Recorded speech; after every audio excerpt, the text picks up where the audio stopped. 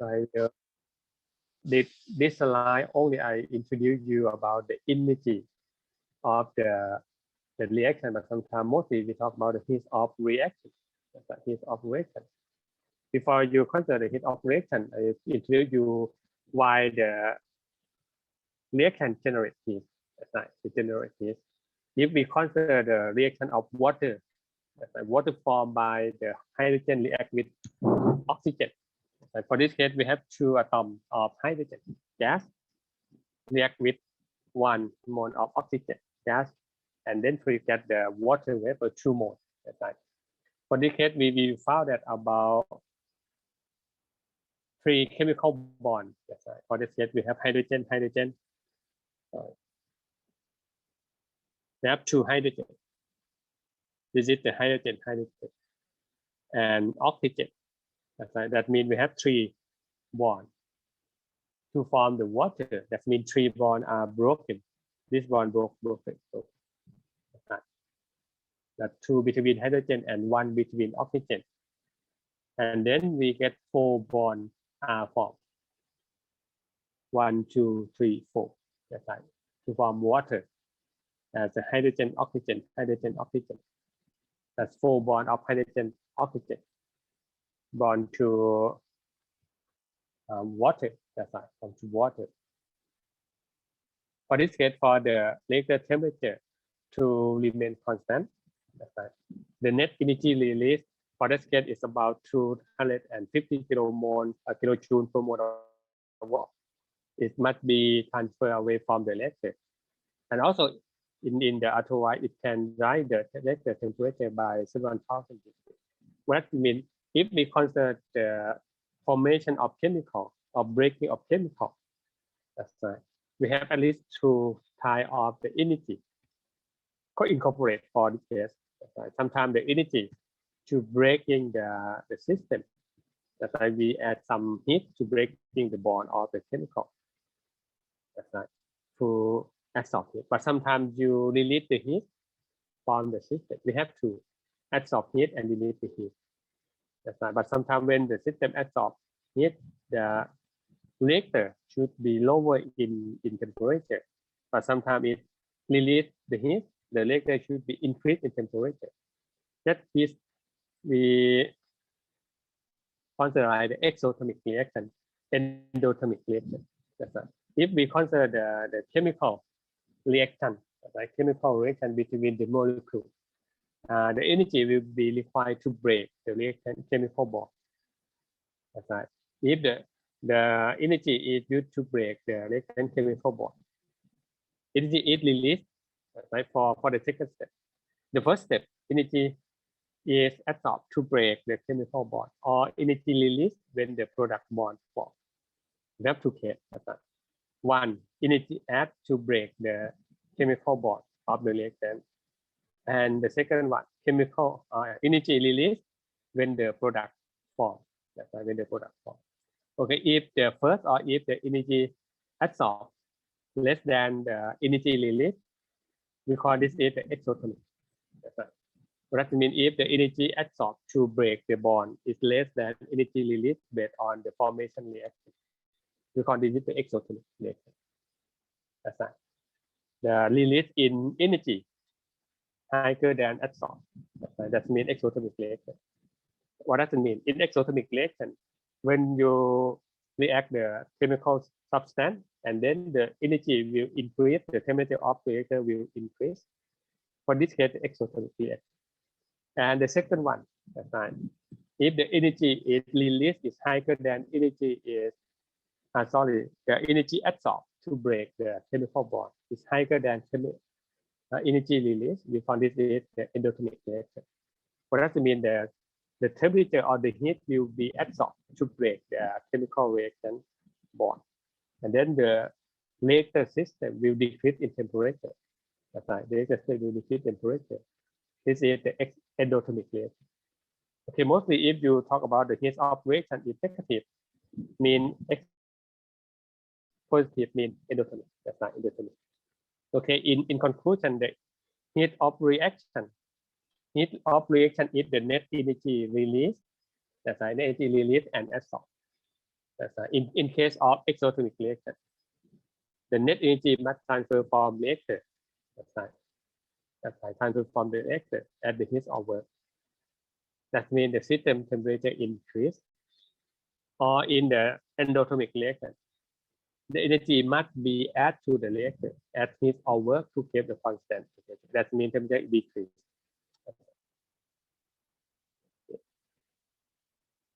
The next, what is the heat of reaction? If we consider the calcium carbide react with the water to generate the calcium hydroxide and gas acetylene. Again, acetylene.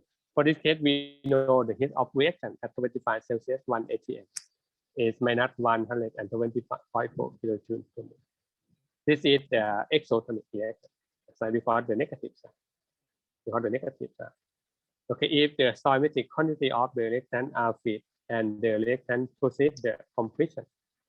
If we feed in terms of the ratio of the stoy, that's like 1 calcium carbide 2 mole of water feed to the reactor.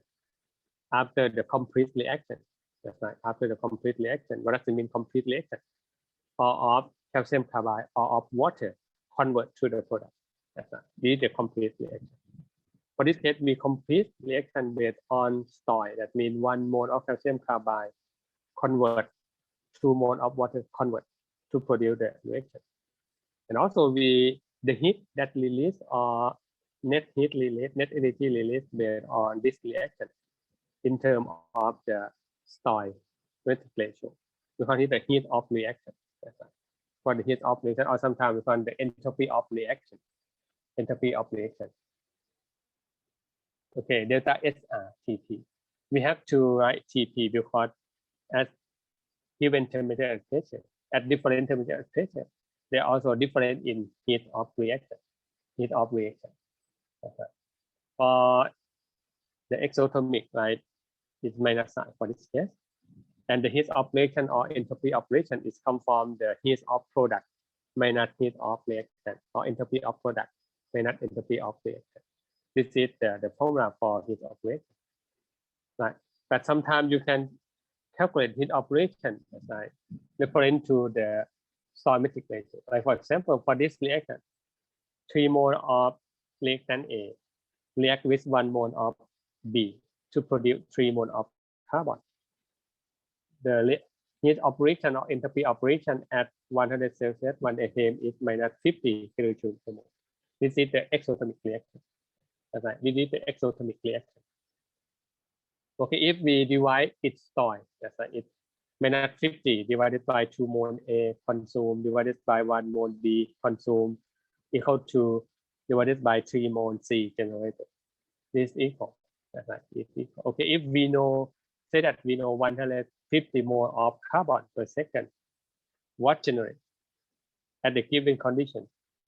You can use this data to calculate amount of heat used to produce 150 mole of carbon. That's right. Because this is the heat of reaction referring to the stoy ratio. That's right, this is the stoy ratio. And you can use this like it may be like the unit converter, something like that. Converter. Okay, for this case, the heat of reaction that to produce 150 mole of carbon. That's right.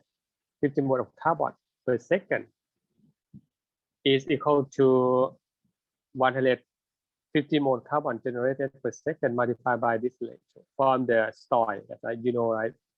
50 kilojoule per 3 mole of carbon generated. That means about 2,500 kilojoule per second. This is the heat of reaction to generate. That's right, to generate 150 mole of carbon per second. Okay, and also if we know the T0 and T0, that means the reference or standard temperature pressure. That's right, the standard temperature pressure. You can calculate based on extent of reaction that you study in the mass transfer or mass balance, right, or material balance. So for this case, we can correlate the entropy. That's right, the entropy and extent of reaction. Okay, for this case, the entropy change equal to the standard heat of reaction at standard temperature pressure. divided by the absolute value of the stock. The absolute value, for example, 3 is for product, minus 1 and minus 2. The absolute is 1 and 2. That's right. This based on the absolute value of it. Multiplied by the mole or amount of it. For that case, the exchange operation, equal to outlet A minus inlet A divided by the store, absolute store. That means equal to NA divided by VA. And then you can express the enthalpy in terms of exchange reaction. It means enthalpy equal to exchange operation multiplied heat operation at standard temperature. We talk about the standard because normally we know the heat operation or enthalpy operation at the standard condition. That's right. Mostly at 25 Celsius 188. If you would like to calculate at the higher temperature or the lower temperature, you can relate it to the standard temperature and pressure. That's right. Because the standard, we know we have the data, we know the table, we know the source from the book, from the World Wide Web, something like this.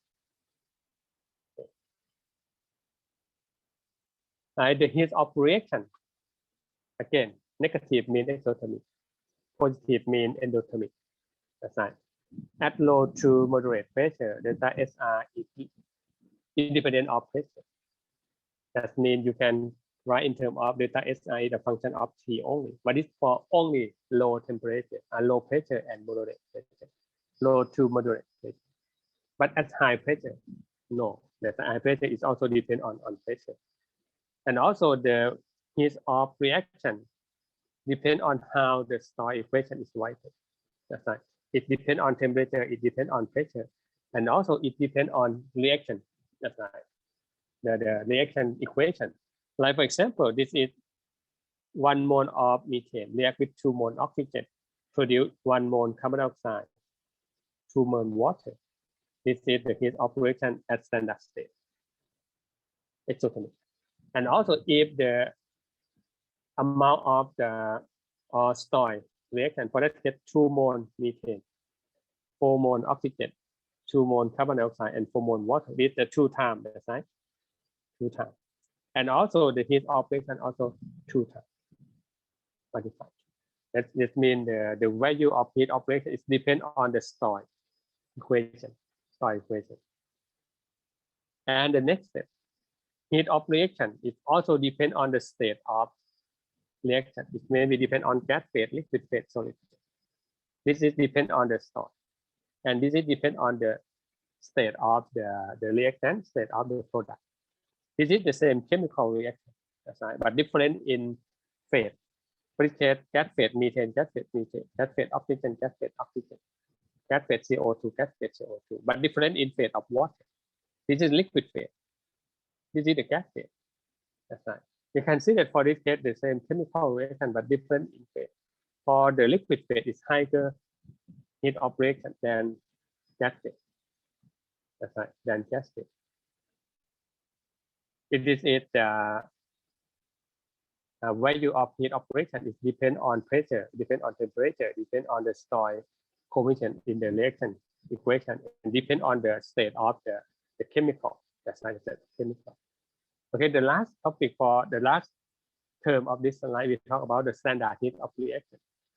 The standard heat of reaction is the general known as the standard heat of reaction at 25 Celsius and 180. It is the standard reference.